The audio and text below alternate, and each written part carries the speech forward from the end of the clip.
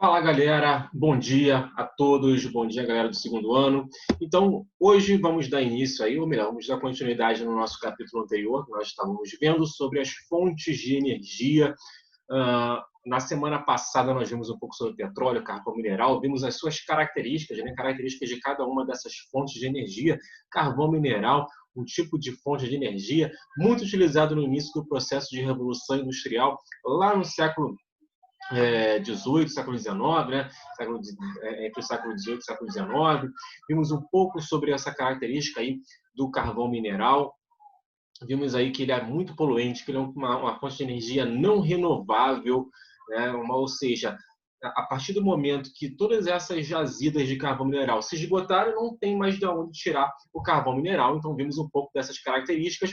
Vimos o petróleo também, que é uma fonte de energia não renovável também, é uma fonte de energia muito consumida nos dias de hoje. O petróleo que surgiu lá na segunda Revolução Industrial e até os dias de hoje é uma importante fonte de energia. Então, vimos sobre isso. E hoje vamos ver um pouco sobre hidrelétrica, as usinas eólicas e também sobre a bioenergia. Vamos ver um pouquinho sobre essas características, beleza, galera? Então, vamos lá, deixa eu compartilhar aqui com vocês a aula de hoje. Vamos lá, aqui, ó, o futuro energético do Brasil. Falar aqui, vamos ver um pouco sobre a nossa matriz energética brasileira.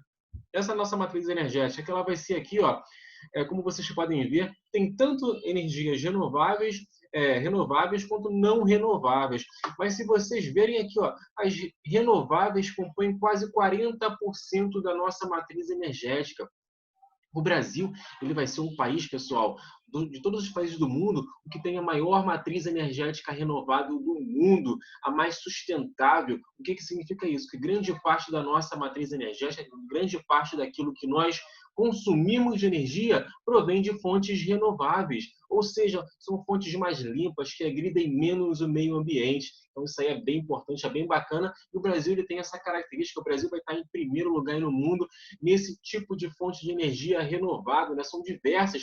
Temos aí as hidrelétricas, a eólica, utilizamos a solar, temos aí a produção de biocombustível com álcool, etanol, né? Com também os biodiesels, enfim, temos aí uma fonte, uma característica energética bem bacana, bem sustentável, comparado principalmente à matriz energética mundial, que vocês verão que é bem diferente, né? Grande parte da matriz energética mundial provém de fontes não renováveis, uma pequena parte de fontes renováveis. E o Brasil está aí, ó, nessa vanguarda mundial, está aí nessa dianteira aí mundial no que tange ao uso de combustíveis aí renováveis. Certo, galera? Então vamos lá. A energia hidrelétrica, pessoal, a energia hidrelétrica ela ela começou a ser muito utilizada principalmente a partir da década de 70 como uma forma aí de diminuir a importação, né, principalmente de petróleo, diminuindo essa nossa dependência dos combustíveis fósseis.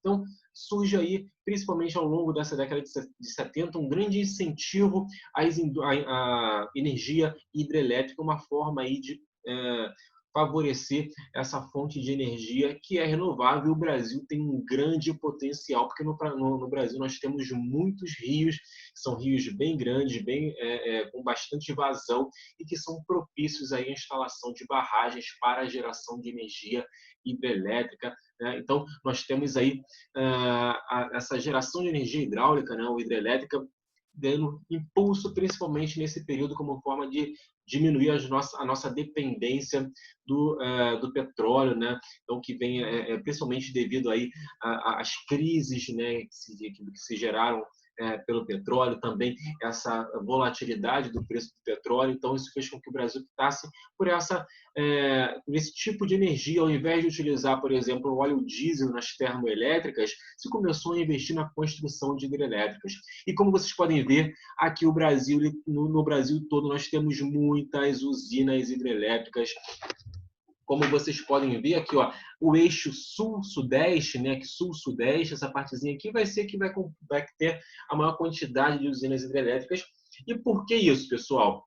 Obviamente, nós temos aqui, justamente nessa região, uma grande parcela da população brasileira. Então, justamente nessa área, nós temos a instalação de muitas usinas hidrelétricas nessas regiões, né, sul-sudeste principalmente.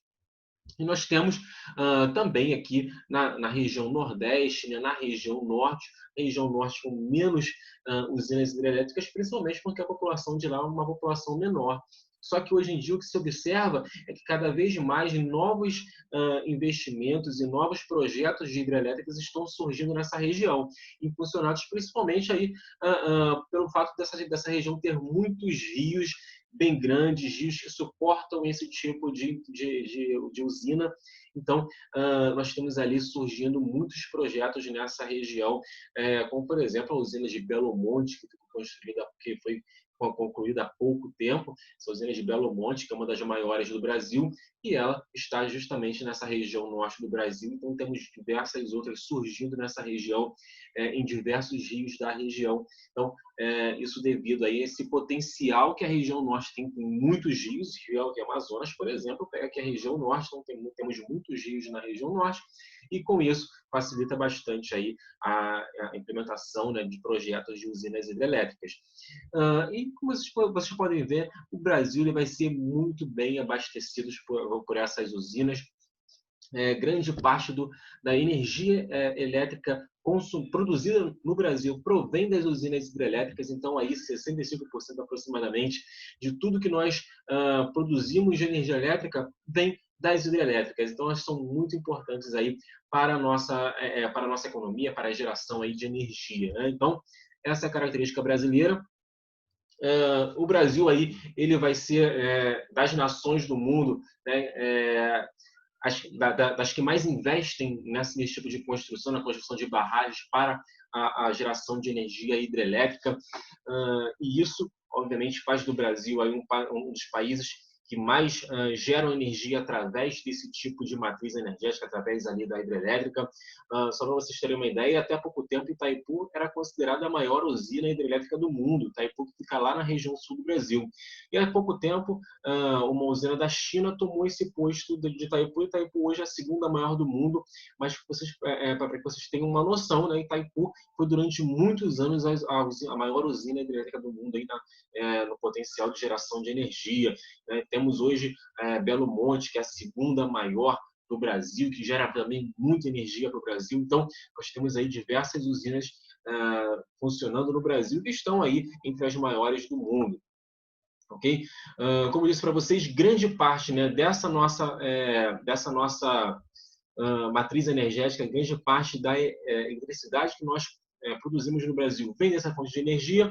E aqui nós temos um exemplo aqui de uma construção de uma usina. Essa usina aqui é de Belo Monte, aqui, ó, Belo Monte, lá no Rio Xingu, né, um retrato da construção dessa usina. Mas, pessoal, a gente fala da usina hidrelétrica. Quando a gente fala dessa usina hidrelétrica, dessa fonte de geração de energia aí, essa forma de geração de energia, a gente sabe que é uma energia renovável, porque ela depende do rio, né? E o rio ele vai estar sempre ali fluindo, né? Tendo um regime de chuvas, tendo um regime hídrico, né? Mantendo-se a vazão do rio, né? Estando aquela barragem ali com nível de água suficiente, sempre nós vamos ter ali geração de energia, né? Então, o que acontece? Embora seja uma fonte renovável, embora seja uma fonte menos poluente, porque no processo de geração de energia não há lançamento de gases tóxicos, de gases poluentes na atmosfera, nós temos sim alguns impactos ambientais que precisam ser mencionados, ambientais e também sociais. Que impactos são esses? Imagina o seguinte: você constrói uma barragem, né? E quando se constrói uma barragem ao longo de um rio, esse rio que antes era assim, ele vai começar o quê? Ele vai começar a inundar, ele vai começar a tomar as áreas no entorno. Por quê? Se a vazão da água estava aqui, se a água estava aqui, ela vai começar o quê? A elevar. Então, nós temos, por exemplo, a inundação de diversas áreas ali de povos originais, de povos nativos daquelas regiões, por exemplo, povos indígenas, populações que já habitavam aquelas terras são obrigadas a sair daquele local. E isso é um impacto social muito, muito grande, né, e considerável, principalmente porque grande parte dessas usinas elas são instaladas em áreas aí, de natureza ainda, né, preservadas, de regiões ainda preservadas, e grande parte dessas regiões ainda habitam ainda povos originais ali, e isso gera esse impacto, né? Áreas que já estão ali há centenas, milhares de anos com esses povos e que eles são obrigados a sair dessas áreas devido à construção dessas barragens para inundar toda essa área e para poder gerar essa fonte de energia, né? Para poder gerar ali a eletricidade através das hidrelétricas. Então, esse é um impacto social muito grande, muito considerável, que é discutido muito hoje em dia. Temos também impactos ambientais, pessoal. Um impacto ambiental que nós podemos mencionar, por exemplo, é que quando se constroem essas barragens, toda essa área que é inundada, não se faz, por exemplo, a retirada dessas árvores dali, não se faz a retirada dos animais que ali estão. E todos esses animais, toda essa fauna e toda essa flora acaba morrendo devido a esse processo de inundação. Então, gera, sim, um impacto ambiental. É renovável, mas temos geração de impactos, sim, tanto sociais quanto ambientais nessas áreas ali de inundação, tá certo, galera? Então, temos aí uma característica, mais uma característica desse tipo de geração de energia que é proveniente aí da hidrelétrica, importante fonte de energia do Brasil. Eu vou mostrar para vocês agora, pessoal, um pouquinho sobre como que é essa geração de energia, como que se constroem as barragens, quais as características dessa geração de energia hidrelétrica. Tem um videozinho aqui bem curtinho, bem bacaninha, que eu vou mostrar para vocês agora. Vamos lá, deixa eu compartilhar aqui. Beleza? Vamos lá, começando aqui, galera. Videozinho bem legalzinho, bem bacaninha, vocês vão gostar bastante.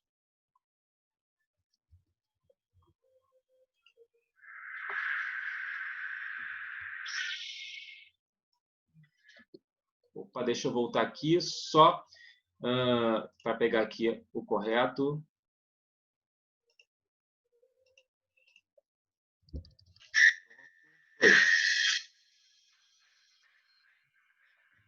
Você consegue imaginar o que seria da sua vida se não existisse a eletricidade?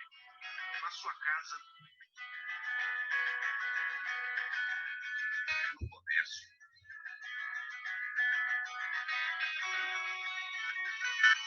e na indústria. Quase nada funciona sem energia elétrica. E a maior parte da energia produzida no Brasil vem de hidrelétricas. Através do aproveitamento do potencial hidráulico de um rio, essas usinas conseguem gerar energia estável sem emitir poluentes durante o processo. Mas não dá para construir uma hidrelétrica em qualquer rio.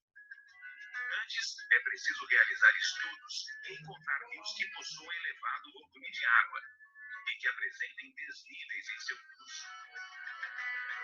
Outra grande preocupação é com o meio ambiente. Como será necessária a construção de uma barragem que represe a água do rio para que a hidrelétrica funcione? É preciso antes avaliar o impacto na fauna e na flora. Nunca se constrói uma usina hidrelétrica sem as licenças expedidas pelos órgãos ambientais. Só com todas as licenças em mãos pode-se construir a usina. Na hidrelétrica, o processo de geração de energia começa pela barragem. É da barragem que sai a água que é direcionada a grandes aquedutos onde estão instaladas turbinas. A força da água movimenta essas turbinas que transformam a energia potencial em energia mecânica. Essa energia mecânica é captada por um gerador que a transforma em energia elétrica. Como os maiores centros consumidores de eletricidade estão geralmente a grandes distâncias dos rios com potencial de abrigar uma usina, é preciso contar com uma grande rede de linhas de transmissão em alta tensão. Elas são responsáveis pelo transporte da energia gerada na usina até a rede de distribuição. A energia elétrica, que chega geralmente em alta tensão, é transformada e distribuída de acordo com o seu uso. Média tensão para grandes indústrias e baixa tensão para pequenas indústrias, para o comércio e para a sua casa. A hidrelétrica é a principal fonte de energia que movimenta o Brasil.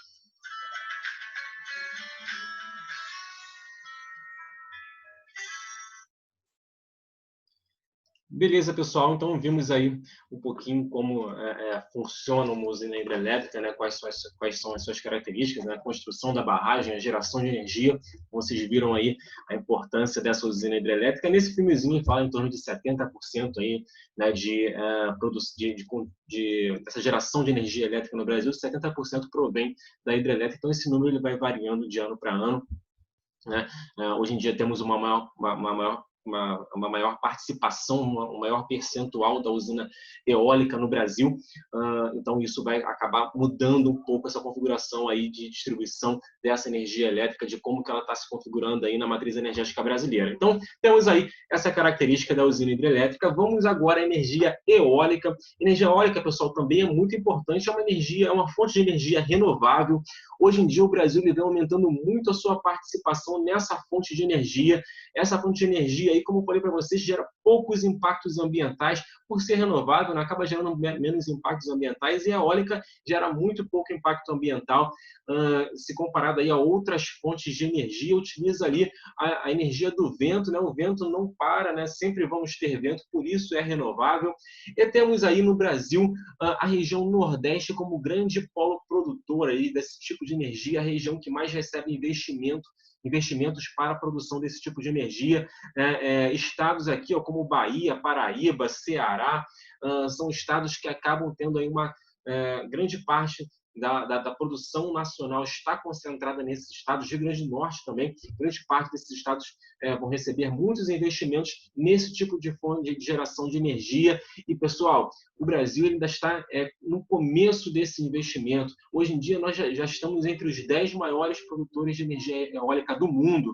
E o Brasil tem potencial para se tornar primeiro facilmente, né? Para se tornar o primeiro colocado aí nesse ranking, porque o Brasil ele tem muito potencial, tem muita área ainda pouco explorada para a geração desse tipo de energia.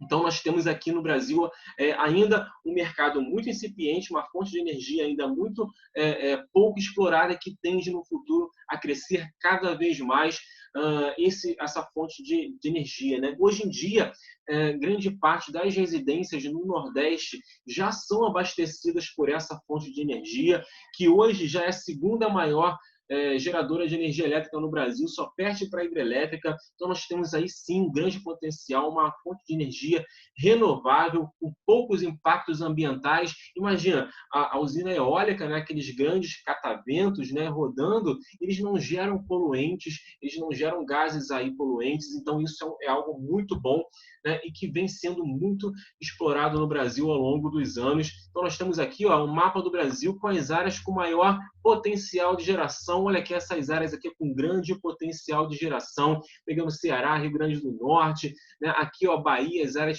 de chapadas na Bahia, as áreas ali de serras e chapadas na Bahia, também com grande potencial de geração. Então, nós temos diversas áreas no Brasil que apresentam um grande potencial de geração dessa energia e que ainda são um pouco explorados, pessoal. No Brasil, nós não exploramos ainda com uma grande intensidade. Então, isso faz do Brasil o país que tem o maior potencial de geração dessa energia no mundo.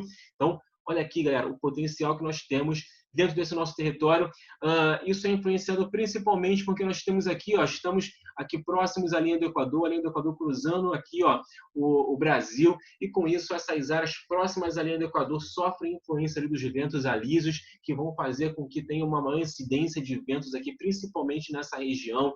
Temos também a questão da maritimidade, da continentalidade, essa diferença de pressão do mar e do continente. Isso faz com que haja vento constantemente também. Então, isso daí é algo que influencia muito esse nosso potencial, pelo fato desse nosso potencial ser tão alto aí, beleza, galera? Então, temos aqui, ó, uma imagem dos parques eólicos. Isso aqui é um parque eólico lá no Rio Grande do Norte, exatamente, aqui, ó, lá no Rio Grande do Norte, um parque eólico com diversos geradores, aerogeradores, né, com o nome correto que se dá, diversos aerogeradores em funcionamento. Enfim, esse é um tipo de fonte de energia do futuro no Brasil, que está sendo que vem recebendo um investimento muito grande ultimamente, e que é uma fonte de energia renovável. Isso é muito importante. O Brasil, enquanto um país que tem a matriz energética mais renovável, mais limpa do mundo, né, recebendo ainda mais investimento para mais fontes de energia renovável. Então, isso também é bem bacana. Vou mostrar para vocês um outro videozinho agora, que fala sobre a usina eólica também, bem bacana o seu processo de funcionamento. Beleza? Então vamos lá. Vamos lá, novamente aqui, não deu problema.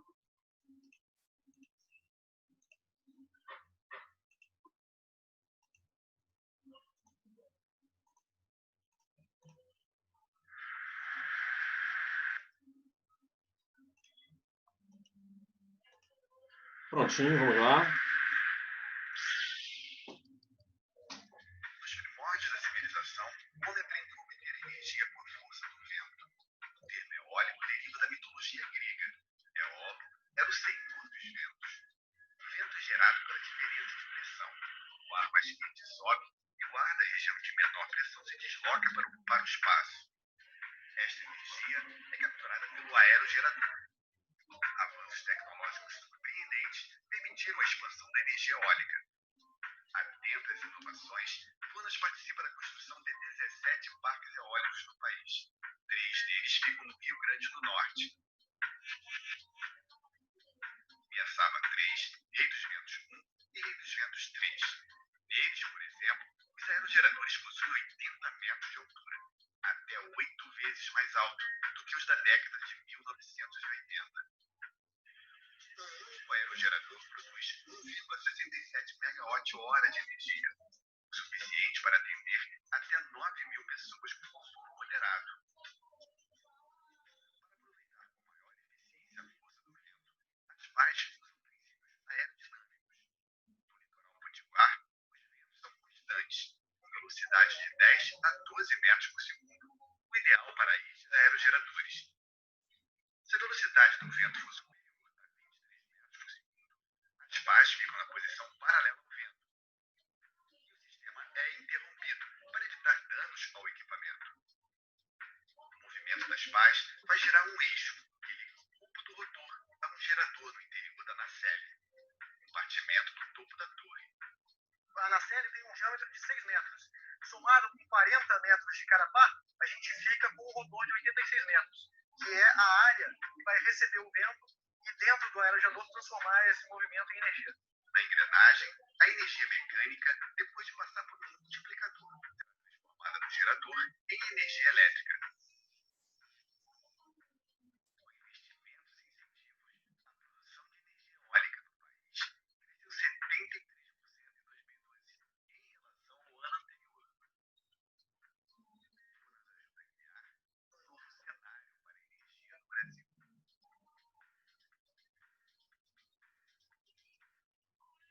Beleza, pessoal. Então, vimos aí mais um videozinho explicando aí sobre o funcionamento, né, dessa fonte de energia elétrica, que é a usina eólica, e que hoje em dia cresce muito no Brasil, é muito importante devido a essa característica de ser renovável, né, uma importante fonte de energia também para o Brasil. E aqui a bioenergia, né, uma outra fonte de energia que também é renovável através aí do uso de biomassa ou então através do uso aí de, por exemplo, da cana-de-açúcar para transformação em etanol, de óleos vegetais, por exemplo, para a produção do biodiesel. Então, temos aqui uma outra fonte de energia que também é renovável. Nós sempre vamos ter, por exemplo, a cana-de-açúcar. Basta plantar o solo ali, naquele solo, que o solo vai dar cana-de-açúcar, e com isso nós temos aqui uma renovação também através aqui, por exemplo, do etanol produzido, do álcool etanol produzido pela cana-de-açúcar. Então, uma outra fonte de energia renovável que o Brasil investe muito. Nós tivemos o programa Proálcool, por exemplo, do governo federal, que incentivou a produção aí de automóveis, por exemplo, movidos a álcool, né? E com isso nós tivemos aí uma demanda maior pelo álcool etanol, né? Nós tivemos o aumento da produção de etanol no Brasil. Hoje em dia, diversos carros já são fabricados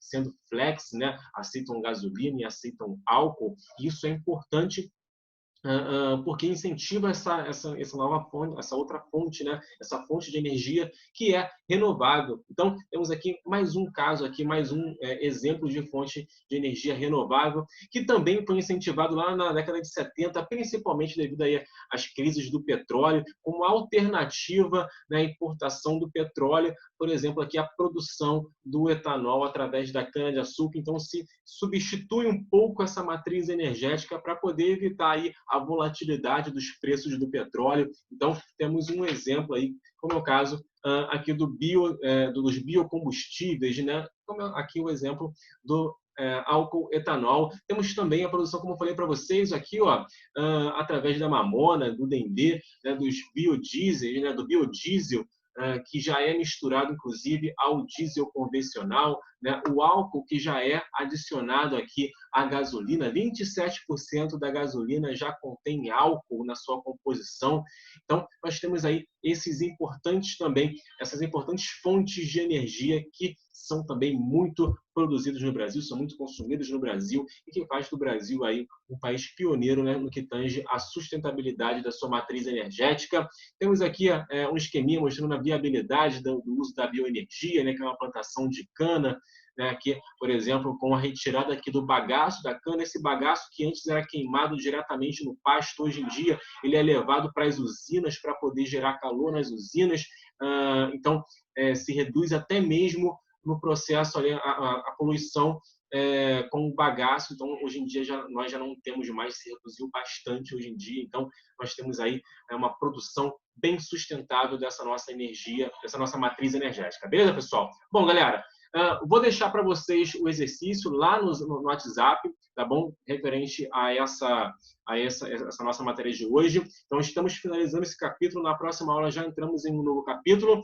E é isso. Qualquer coisa, é só me chamar lá no Zap. Qualquer dúvida, é só falar comigo, tá bom, galera? Então, é isso aí. Valeu, um abraço. Até a próxima, pessoal.